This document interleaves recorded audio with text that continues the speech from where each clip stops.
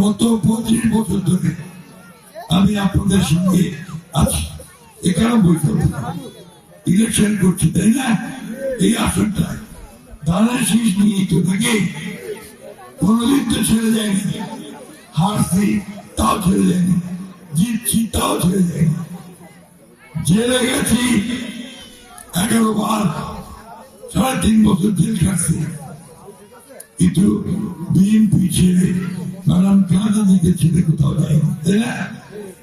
প্রিয় বন্ধুরা, কালকে আমাদের নেতা তারেক রহমান সাহেব অন্য দলকে গালিগালাজ করেন নাই, প্রতিপক্ষকে বিরুদ্ধে কিছু বলেন নাই। তিনি কি করবেন সরকার গেলে সেই কথাগুলো বলেছেন।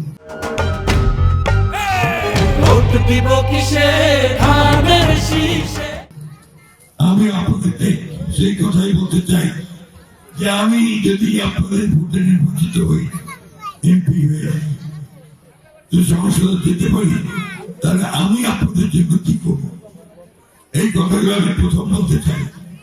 আমাদের এখানে বেশিরভাগ হচ্ছে কৃষিজীবী মানুষ, তাই না? কৃষির উপর ভিত্তি করে তো নাকি আর কিছু করে দিত না। কলকারখানা নাই, বড় ব্যবসা বাণিজ্য নাই, সব কৃষি। তাহলে ভোট মার্কেটে কি ভাই আমাদের মার্কেটে কে? আমার মা বোনেরা, সনাতনী মা বোনেরা, মুখ্যমন্ত্রী সুবিধা আছে। ভোটটা কিশোর দেবে এবার জোরে করতে হবে, আরো জোরে করতে হবে। হিন্দু মুসলমান বেঁধেছে জোট।